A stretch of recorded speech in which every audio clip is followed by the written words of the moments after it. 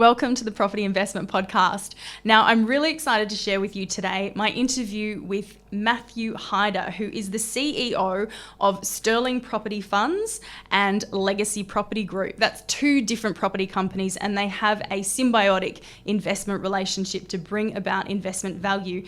Now, Matthew has recently acquired Sterling Junction Fair in Merewether, which is in New South Wales in Newcastle. And what's really fascinating about this particular transaction is that whilst retail property as a sector is being negatively addressed, this particular investment offers great retail investment exposure because it is a non-discretionary centre. So Matthew did his capital raise in 2 weeks. The capital raise was oversubscribed, and the centre itself has actually experienced an uptick in performance this quarter compared to last quarter. So during COVID, it's actually performed more strongly given its service-based nature. I really look forward to sharing this interview with you, and I hope you enjoy.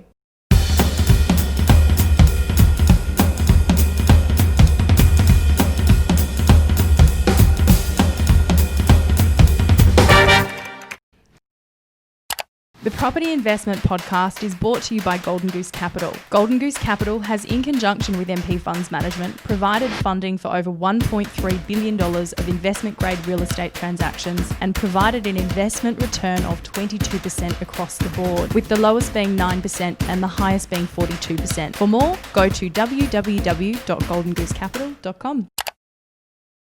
So property fundamentals underpinned by Coles, and an 11,000 square metre centre with an additional 15,000 square metres able to be built in gross floor area.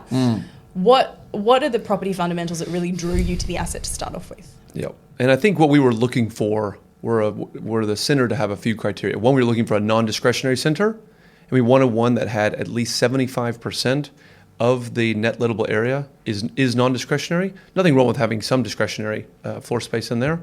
And we also wanted the major grocery store to be either Woolies or Coles, and for it to have at least 50% of the income. What we were also looking for is the center to be in an area that we saw as having a high growth nature. Yeah. And so, for example, Junction Fair, right there in the junction next door to Merewether Beach, is a high socioeconomic area. You know, the population growth, as determined by the ABS, is 14% higher than the Sydney Metro. And amazingly, the wealth is actually 18% higher than the Sydney Metro. So for us, to be able to buy a center in an area that has high population growth and high wealth is something that, is not always possible on a yield that's compelling. And so let's just talk about that yield that's compelling for a moment, because obviously interest rates are low, so keeping your money in the bank is not great. You don't make any money on your money. No.